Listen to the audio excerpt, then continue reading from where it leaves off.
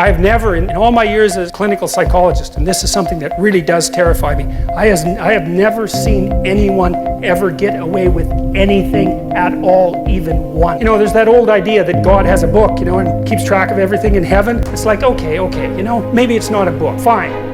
But that is a really useful thing to think about because, well, maybe you disagree. Maybe you think people get away with things all the time. I tell you, I've never seen it. What I see instead is the thing happens, right? Someone twists the fabric of reality, and they do it successfully because it doesn't snap back at them that moment. And then like 2 years later, something unravels, and they get walloped, and they think, oh my God, that's so unfair. And then we track it. It's like, well, what happened before that? This. Well, then what? This. And then what? This. And then what? Oh, this! Oh, that's where it went wrong.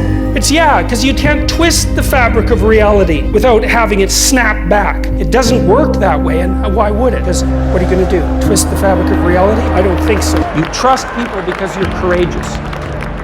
That's why. It's the same reason that you're grateful. It's a mark of courage. It's a mark of commitment. It's like, you and I, we're going to make an agreement, and you're full of snakes, and so am I. And there's lots of ways this can go sideways.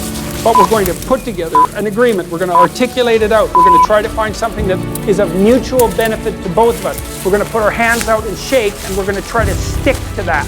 And we're going to risk trusting each other, right? It's a risk. I don't think that there is any other natural resource than trust. And for trust, you need courage. If you wake up in the morning and you start having negative thoughts, man, this ain't my day. I woke up on the wrong side of the bed. I just don't feel myself.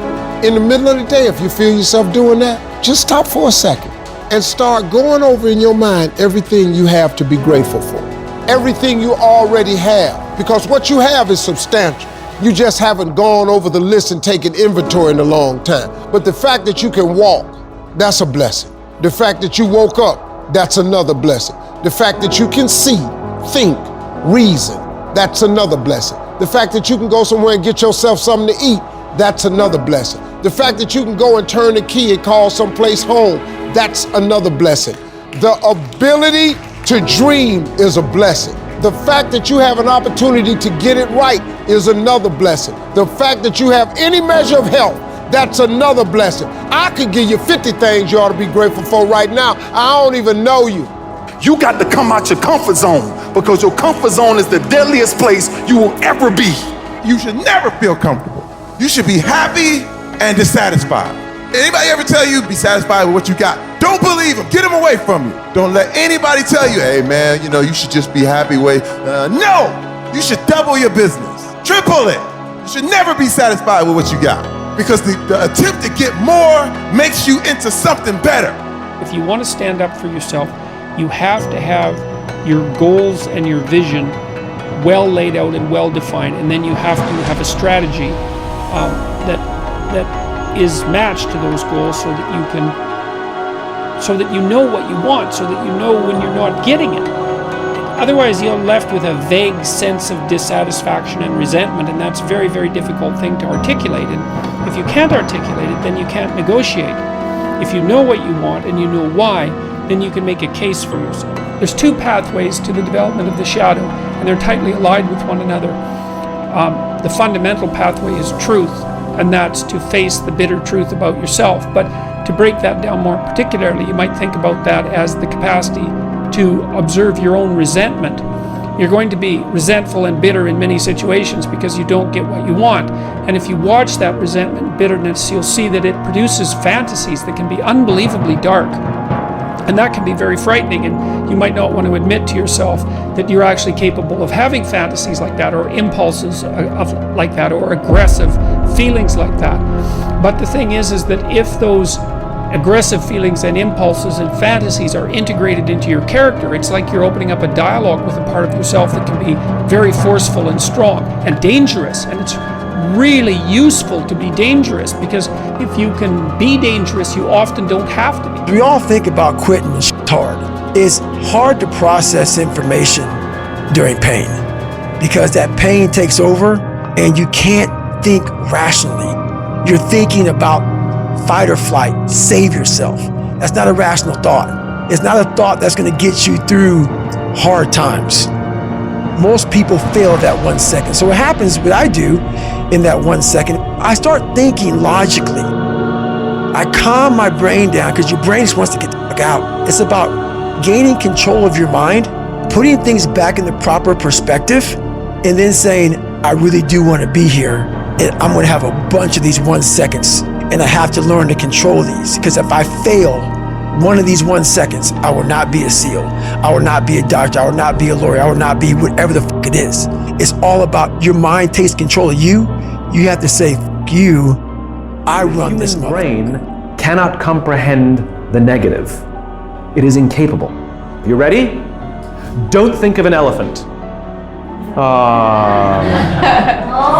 And so what happens is we very often reinforce things when we put things in the negative, right? I can't get apart. I can't get apart. I can't get apart. Or I can't do this versus I'm going to keep doing this. It's such a huge thing to convert things into the affirmative. You're supposed to do it with children as well. Instead of saying to children, don't eat on the couch, we're supposed to say, eat at the table. Pilots know this. It is well known in the pilot community that when you tell a pilot, don't hit the obstacle, they'll hit the obstacle. Because what they're doing is focusing on the obstacle.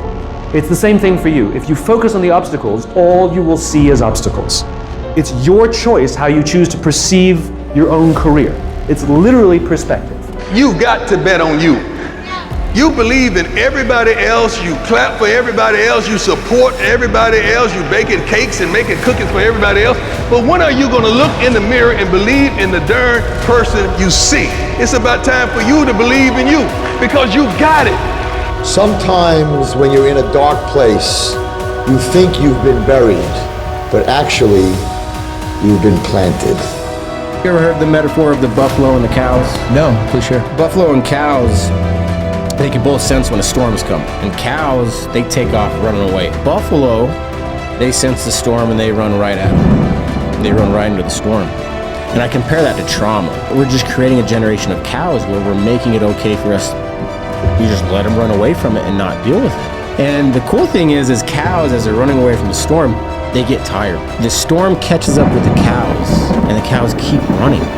They don't stop. If they stop, let the storm pass. No, they just run with the storm. They stay in the storm. So they're in this misery and shame and guilt. They're in this way longer than they have to be. The buffalo, they run into the storm and it's terrifying. But once you get past that first initial scare, that fear, and you get in the storm and the storm passes, then they're happy and they're rested, and then they can enjoy what the storm gave them, the water and the grass and all that stuff. You will have good days and you'll have bad days, but you will always learn something more or something new, and you will learn more overall on bad days than good days. You will learn more about yourself, you'll learn more about relationships, you'll learn about life and principles, and it'll build your character.